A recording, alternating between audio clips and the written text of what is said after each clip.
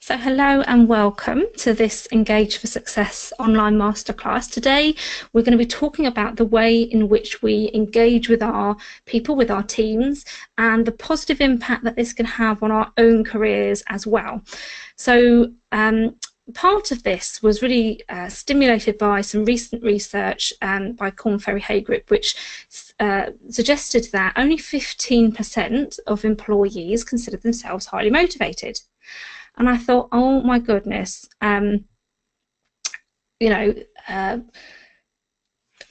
I think about 10 people. I've had, often teams are kind of, similar sizes, 10 people in a small team. That's only one and a half. I don't know which half, but one of the half of those people would be highly motivated, and that is not a great thing. And the research also suggested that the value of increasing that could be worth up to £340 billion to the UK economy. So we can see why this is something that's of real interest to employers and to organisations across the UK, because clearly they are all missing out on a lot of income and of profit and of the ability for the UK to spend that money in the economy as a result. So, Engage for Success, I don't know how many people on here who are already involved or have already heard of us, but we've been successful in getting this on the agenda of organisations, large, small, not-for-profit. Obviously, there's always more to do, but we've made some good progress, which is fantastic. And as a result, this topic, the ability of people within an organisation to engage with each other effectively, if we can be those people who can truly and effectively engage others, well, that is, in my view, one of the biggest competitive advantages that we can have in our career. But in today's volatile, uncertain, complex, ambiguous world of work, this can be easier said than done. So, really today what we're going to look at is how we can explore, how we can inspire, how we can engage people to get the best from them, and by happy coincidence, also accelerate our own careers and give ourselves even more opportunities. And you're going to leave with 4 practical strategies that you can implement immediately in your career, which is obviously one of the reasons you joined it with us today. So I'm just saying hello to a couple of other people who've joined in. Hello, Joanne. Really great to see you on here. We have started right on time, but I'm expecting a few other people will drop in as we proceed with the first section. So, my name is Ali Godding. So I am the Career Development Director at Engage for Success, and I'm also the founder and creator of the Careerly, which is a program that helps professionals to accelerate your career without sacrificing what matters most. So hello and welcome to those other people who I can see joining. And I want to thank and acknowledge everyone who's on this call for taking time out of your busy day to join us. I know this masterclass is free, but to attend your time and your energy does have a cost associated with it. So I really want to say hats off for you investing the time in yourself and for joining us today.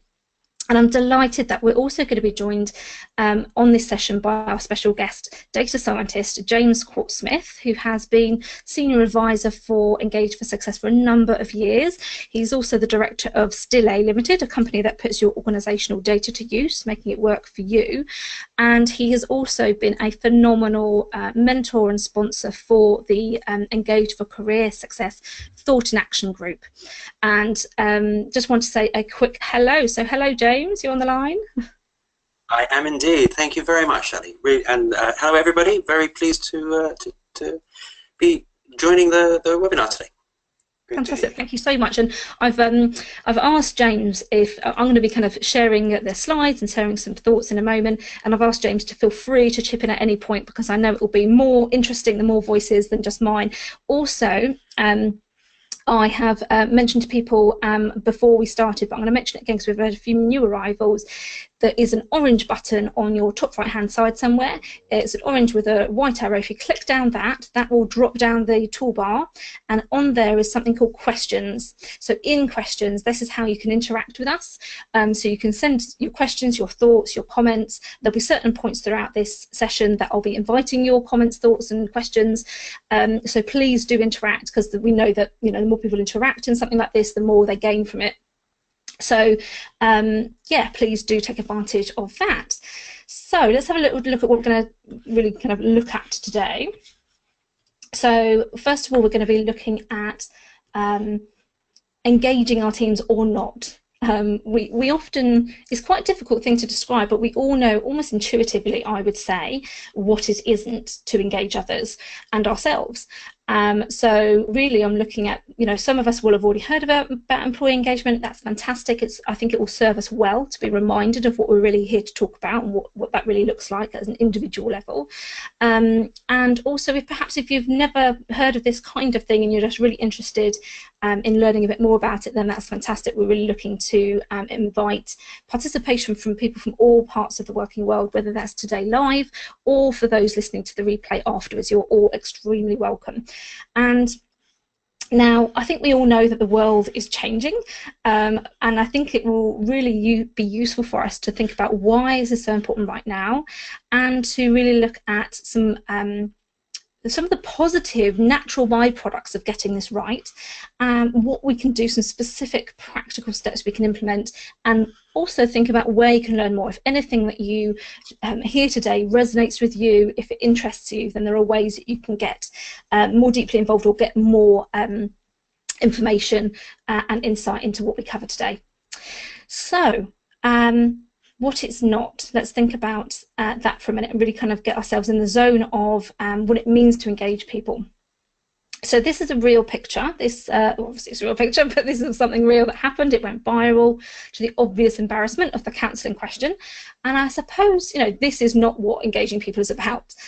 This can have obviously huge reputational kind of implications, and also, I guess, to the career of the person who was leading that team. That must have gone down like an absolute sack of sand. And also, I think what must have been going on for that driver, for the team, to think that it was okay to just not get out of the vehicle, not move a log, rather than just to drive around it. And that's not to say blame, pointy finger at them, but it is to say what was happening and being curious about that. But obviously, this is not what it's all about. It's also not about this. Some people think that when we're engaging people, we're looking to have control, and actually there's really no innovation here. People are head down. They're just kind of, walking ahead, doing what they have to do, drudging along. And this also is easily mistaken for engagement, but in reality, this kind of command for success can really lead to burnout. It's not necessarily sustainable in the long term, and often this can encourage people to be treated as human resources rather than human beings, and that can lead to all sorts of trouble. Tribunals, for example, if people finally burn out. And I think instinctively we know what it means not to engage teams, not to be engaged ourselves, but I'd be interested to know, what is it not for you? So if you would go to the questions box and just answer or complete the sentence, engagement is not what for you. So I'll give you a few moments to get into the questions box and let me know your thoughts. And I'm seeing it's not in a team where the manager likes to point the finger of blame. Yes, absolutely. Blame is like a killer of engagement and motivation, isn't it? This is a long one, but I'm going to read it as well as I can. It is not when I'm emotionally blackmailed into staying late or covering for someone. It's when I want to stay on or cover for others because I want to. Yeah, that makes absolute sense. It's more about what we're doing things because we want to, not because we feel we have to. It's not when I'm asked for my feedback or ideas, but nothing is done about it. Yeah, absolutely. There's nothing more frustrating than actually taking the time to give feedback if nothing's actually going to be done about it. So yeah, fantastic. So I'm just going to, if there's any more, please feel free, and I'll touch on them in a moment.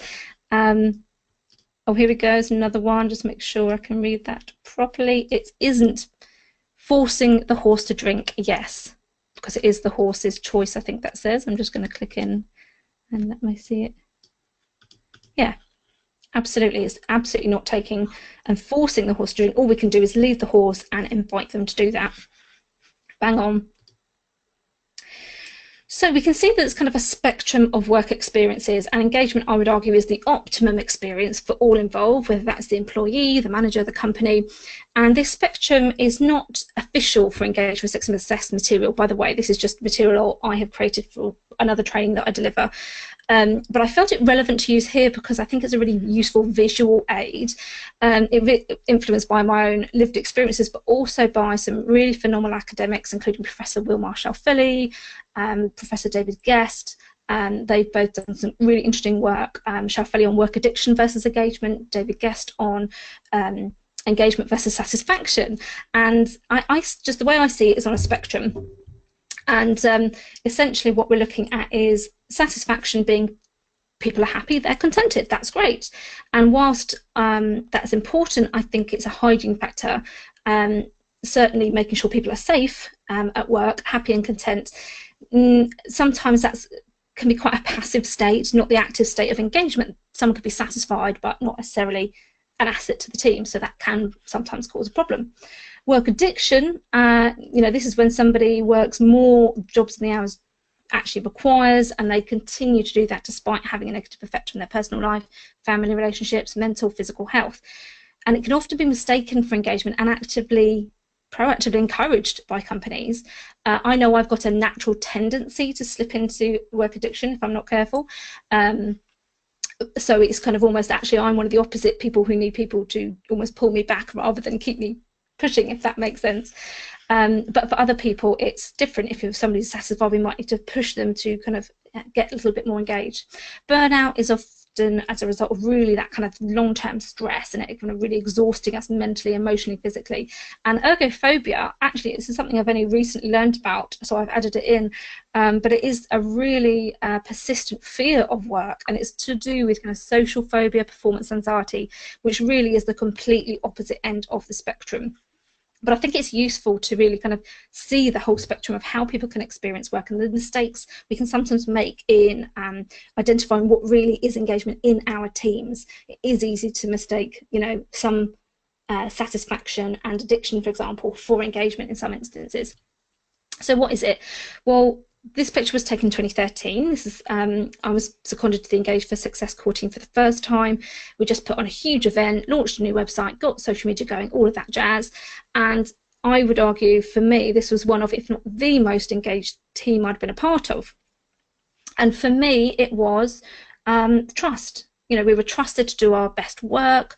We trusted each other and were there willing to help each other. It was energizing. It was something very active about it. There was fun had. Yet we were always encouraged to take breaks, to take care of ourselves, and that was a really important part of it as well. And there's a clear vision. We had a real clear vision of what we were working towards, launching the movement more widely, and there was opportunity to learn and grow as well.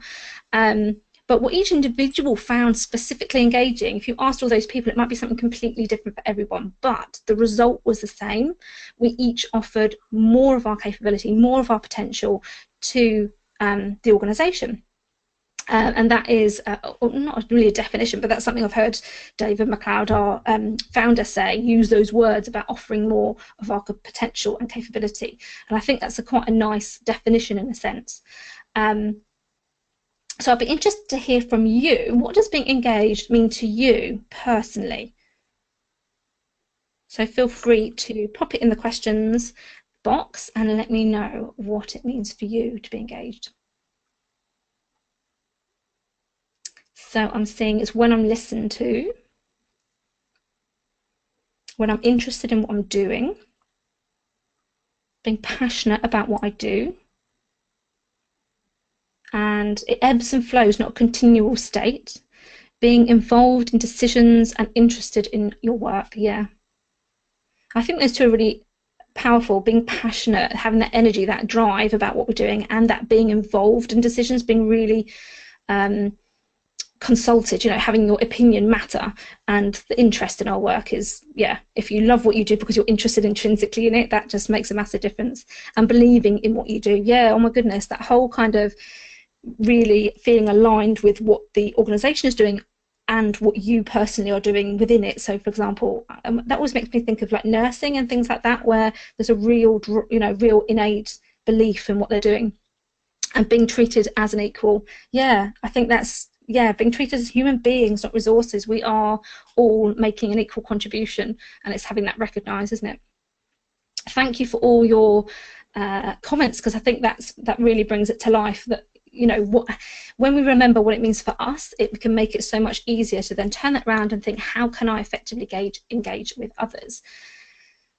So it's great to see how powerful engagement is, and why it can be the difference between success and failure. And if we go back to those 10 people where currently only 1.5 of them are highly motivated, it would be easy to see just how doubling that to, so say 3 out of 10 could make that £340 billion difference, and why it's so high on the agenda of forward-thinking organisations. So many people are disengaged.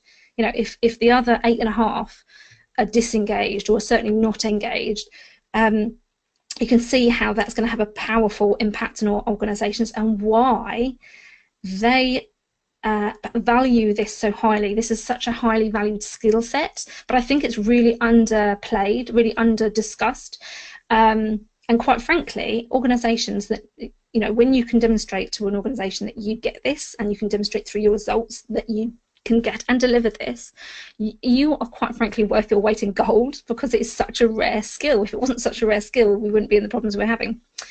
But that's not all, of course. It's not just about the money. We are, what the deeper reasons why this is happening.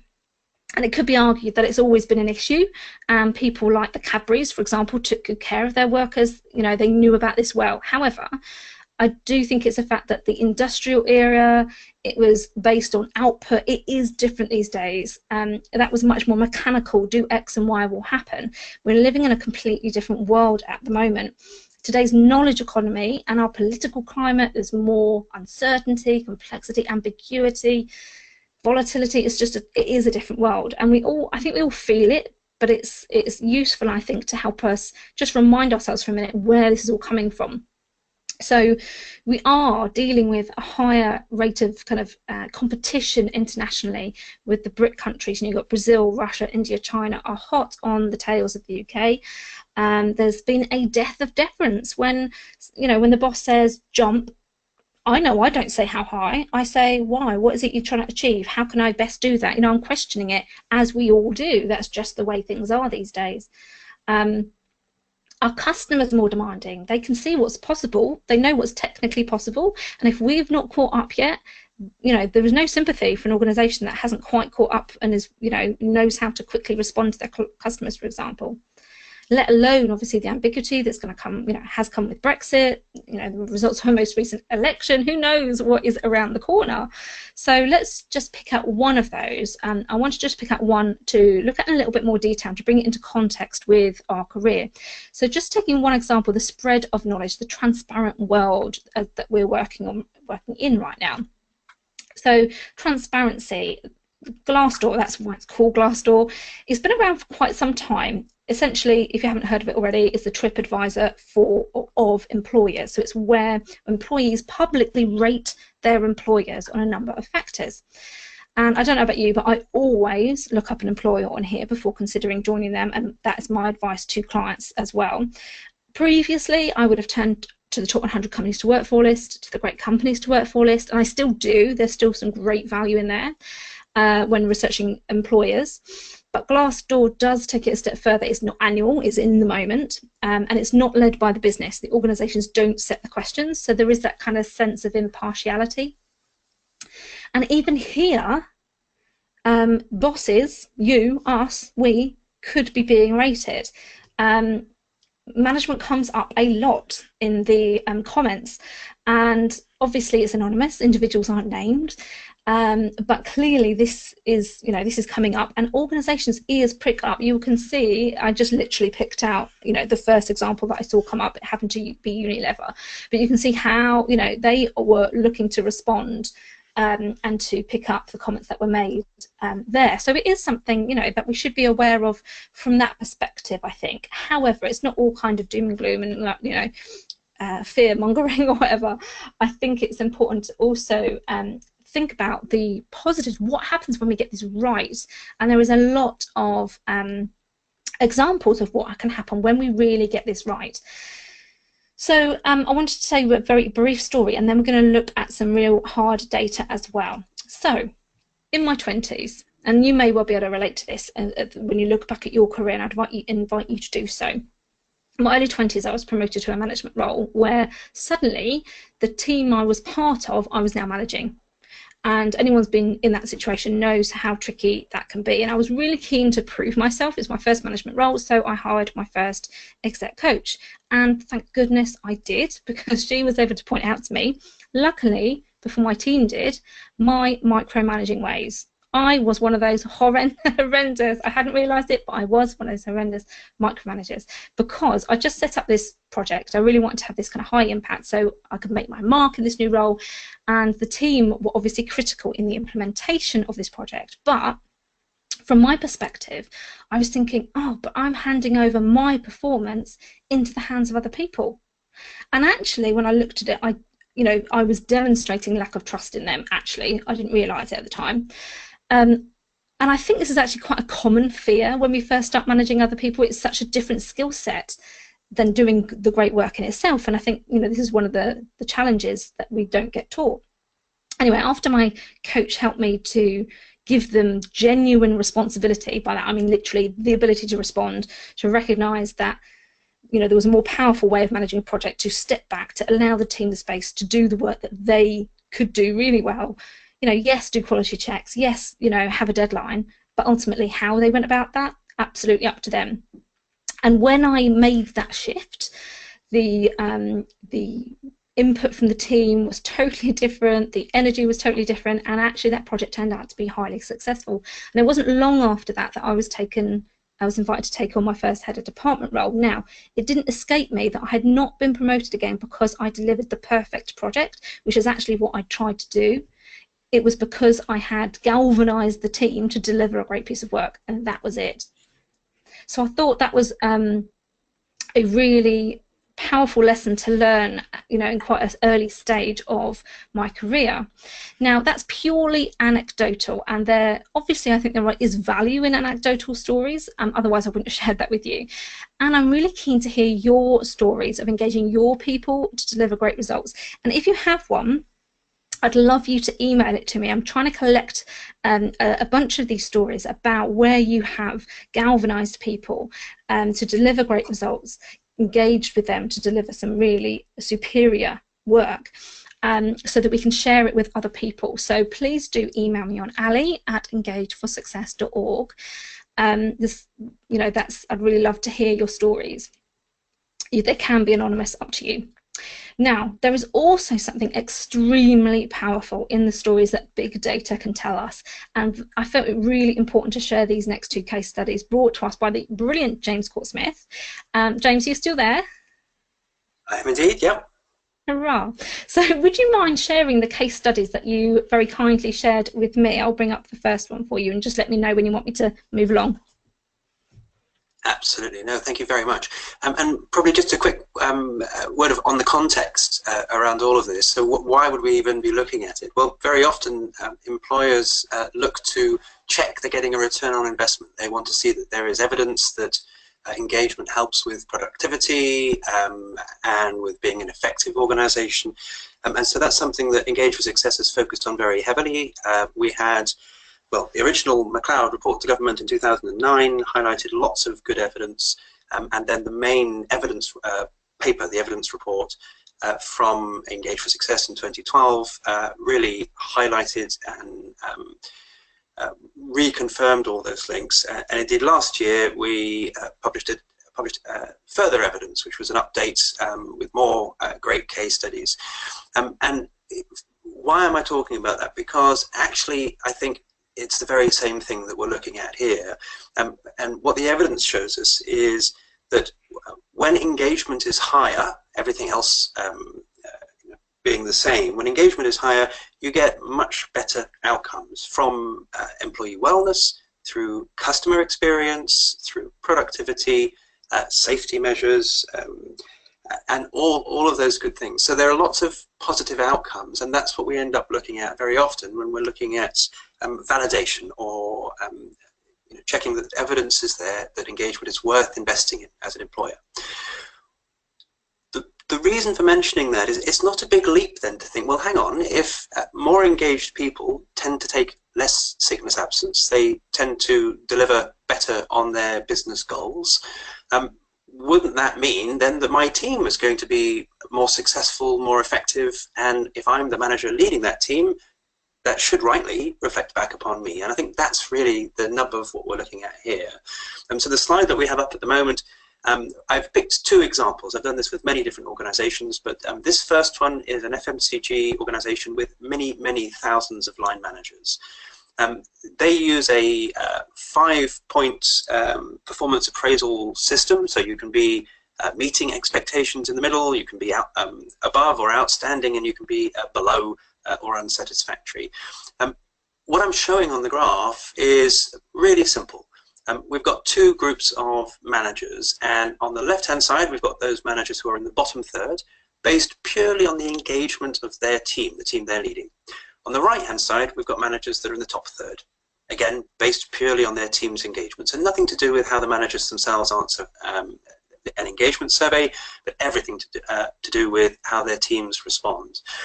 What the bars are showing us is, in green, the proportion of those line managers who, the following year, were rated as meeting expectations, were rated above that middle meeting expectations. So instead of 27% of them being rated as exceeding meets expectations if they were in the bottom third, when we look at the top third, it's 40%, and that's a 50% higher likelihood of getting a good performance appraisal if you as a manager have engaged your team well. The orange bar just looks at the other side of the equation, so how many of these managers are rated lower than that middle ground of meeting their expectations. And again, there's a big difference. So if you're up in the top third of managers, then you have half as much of a chance of getting a low performance rating. I've not included it graphically, but it's there in the bullet that clearly if you are receiving a higher performance rating, we'd all expect you to have a better chance of being promoted the following year. And indeed, it's quite a big difference. So managers who are in the top third, based on the engagement of their team, nothing to do with them themselves, have a 32%, they're 1/3 more likely to be promoted the following year than those that were in the bottom third. Very last thing to say before moving on is simply that this organization did not, at this time, use the engagement scores, the engagement results, as part of the manager evaluation. So there's nothing circular in here. Obviously, if that was one of your KPIs and they were looking at your engagement score as a manager, and then we said, oh, look, managers who do better at this get a better performance rating, that's just purely circular, but that's not the case here at all. So what this is reflecting is that those managers that are engaging their people better are actually getting better performance from their teams. Again, as I say, we know that they have lower sickness absence, they have better safety records, they have better customer records, and better productivity. And so it shouldn't be a huge surprise that the managers themselves then see that recognized. It's usually a nice confirmation for the employer, and as actually in the example we're looking at here, they are actively working now, they're very near the end point of doing it, of including engagement scores now within manager performance appraisals in a formal way moving forward, because they can see that there's a clear connection and that it's worth formalizing all of that. The second example, if we can move to the next slide, very, very similar setup. I wanted to keep it nice and simple so that we can explain it clearly. The only difference here is this is now a UK public sector organisation with many hundreds of line managers. They have a different performance appraisal system. They're in a different sector. They're purely UK. The FMCG was a global organisation. This is so a very, very different example. The performance appraisal system that they use is also a little different, but they have a similar 5-point scale. So again, you have a meeting expectations in the middle, and you can be above or you can be below. And once again, we're looking at the top third of managers on the right-hand side there, the two bars. 33% of them are rated above meeting expectations, Whereas for the bottom third of managers, it's only 23%. So again, something like a 40 or 50% better chance of a high performance rating if you as a manager have got good engagement within your team. Once again, it's only the team's engagement we're looking at, nothing to do with how the manager responds. Importantly for me, this organization also did not include engagement scores as part of manager evaluation. So again, there's no circularity, but they also are now currently working on integrating engagement scores into manager performance evaluation, so making it a formal KPI for line managers moving forward. Even though the sector is so different and the figures that we're looking at are quite a bit different to the ones we just saw, the pattern is very consistent. And once again, we can follow this through to promotions the following year. So those managers that were engaging their teams better, more than 20% more likely to be promoted the following year than those that, who were not. So for me, this is really powerful and really important. We often talk in HR about managing the the push and the pull. So we don't want to push that horse to water and force them to drink. We want to make sure there's pull. There's a good reason for them to want to come and use your development initiatives, use your great learning content, work on their own performance as managers, and actually hopefully this is part of that story. So what's in it for me as a line manager? Well, pretty clearly, engaging your team as a line manager gets you better results from that team. It gets you a better result as a line manager yourself, which means you get a higher performance rating and you're more likely to progress and achieve a promotion the following year. So I should pause there because that's quite a lot to take in. And yes, sorry, Ali, go for it. No, I was going to say, which is fantastic. I mean, I think it's really powerful having this like actual evidential data. I mean, it's great to have anecdotal stories, but that's not really, it's so easy for people to say, yeah, but that's not my situation, or things are different where I work. But actually, to have these two really different, distinct case studies, one from a very large, fast-moving consumer goods, one from a smaller but completely different public sector, part of the economy. I think that's really powerful to see that it's empirically, there's evidence for this. It's not just a gut feeling that we have, it is really real, So moving on. So thank you so much, James, for sharing them, and that's brilliant. Thank you. So really now I want to go into some of the practical steps we can take to implement immediately, things that you can do right now in your career, in your business, in your place of work that can really push this forward for you. So the first one is about reviewing how and where you and your team fit. So this is all about understanding, what is the story of the organisation? Where did it come from? Where is it headed? Where is it now? And what is your role in contributing to it, into contributing to those business goals? What is your department or your team, their role within it? Where do they fit within those wider goals? And how can you communicate this with your teams? How can you help them see how their goals and objectives do fit with the bigger picture, and they really do make a difference? And it's easy to do this possibly in the good times, but it's also when things are tricky, being able to eloquently articulate this can be really make a big difference to people. And there are some, there's some obvious kind of trigger points that might be useful for us. So team meetings, performance conversations, when we're recognising people, we can build on this and reinforce this to help individuals make the connection between their what they're doing and the organisation, what the organisation's doing and how they contribute to it. So, and also, understanding that their personal aspirations can be achieved through the organisation as well. So it's really recognising the individual, the individuality of aspirations as well. So that's one thing you can do pretty immediately, is just go back into your place of work and just review where and how you fit and where and how your team fits.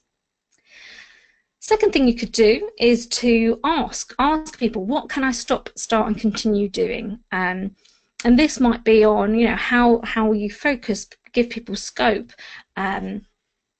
whether you are treating people as individuals. Do they feel that they're treated completely as an individual? Is there anything else you could do differently that would help that to be the case? What do you do to stretch and coach your people? Do people feel like they're a bit bored, they've got more to give, or do they feel, you know what, I'm stretched too far, I need some support? So you can ask yourself of these questions, you can, as in you can ask yourself these questions, or you could ask your team, if you're feeling brave, in your next one-to-one or team meeting. The other thing you can do to do it more gently, I guess, would be to listen out for what people complain for, what they complain about. That will tell you a lot. The other thing I would mention is that it is just as important to call out the bad as it is to recognise the good. So what I mean by that is not letting unacceptable behaviour kind of just ride, because other people see that as you saying that that's okay, and that can often cause you know, disgruntlement, I guess. And it's equally important to recognise, obviously, the good work and contributions as well. The third thing you could do is to invite ideas and views from other people. So this is about making it really safe for people to offer their ideas and suggestions. Agreement doesn't always equal engagement. So actually, debate is a really good sign that people are actively engaged with that topic or the organisation. The day they don't bother to debate is actually the day I think you've lost them, and you've lost a valuable source of insight. However, at some point, debate needs to move forward into consensus so that you can move forward, and your ability to be able to move people into that direction whilst allowing them to have a voice is really a valuable skill set. And you'll see people and ideas, their ideas, as valuable. So why not invite ideas about how something specific and relevant to your team could be improved upon at your next team meeting, and take action on them? That would be a step you could take immediately. Or number 4 would be observing. Now this one's, people find this one a bit more tricky, it's a bit more ambiguous, but this is about trust and does it exist or not, and if it doesn't, obviously we need to take some action. And I say observe with specific intent, because if you ask someone, do you trust me? And if they don't, they're not necessarily going to be likely to answer you, or if they do, you know, it's not necessarily that you want to go the direct route. Observation of behaviour is much more likely to give you the real picture. So some things that you could observe for might be, does trust exist in my team and between my team members? Do my team members trust me? Do I trust them?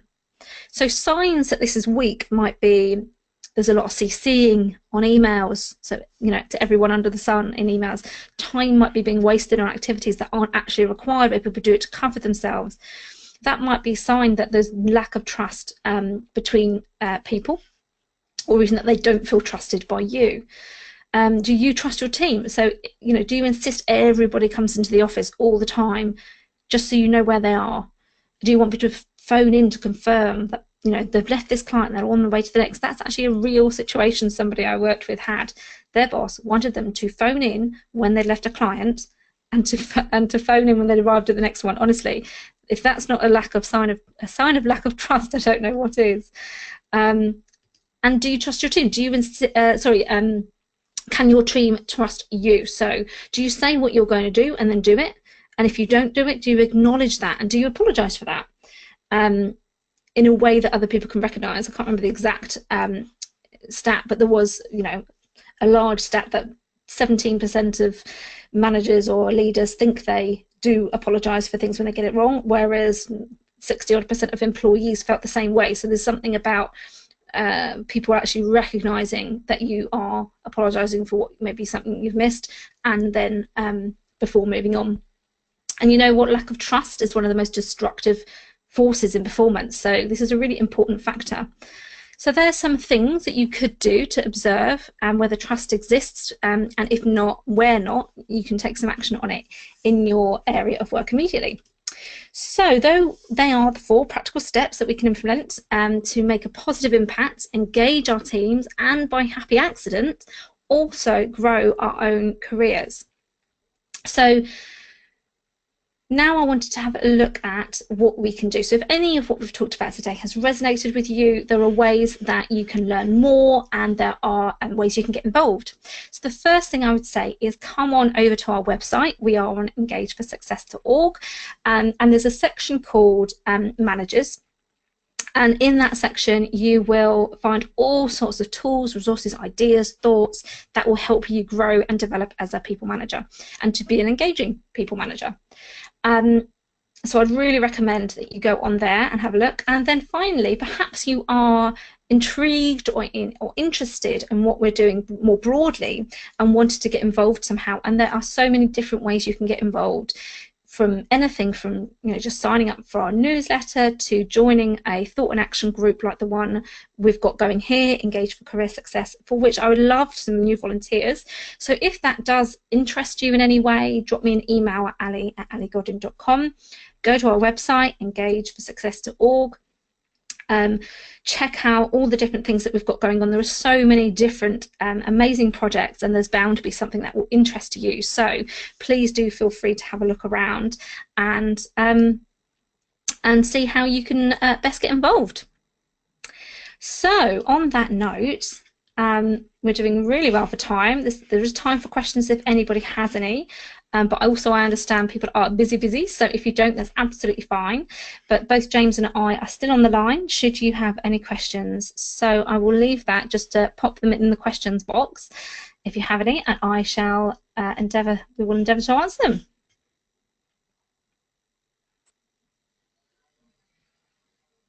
So I'm just having a look.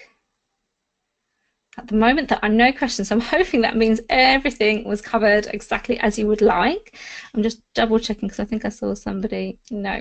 So what I wanted to say is a huge thank you for you being here today. I know that this is your time. You've invested in yourself. I know this particular masterclass is free, but there is obviously a cost implemented in your time and energy being here. So we really, really appreciate that.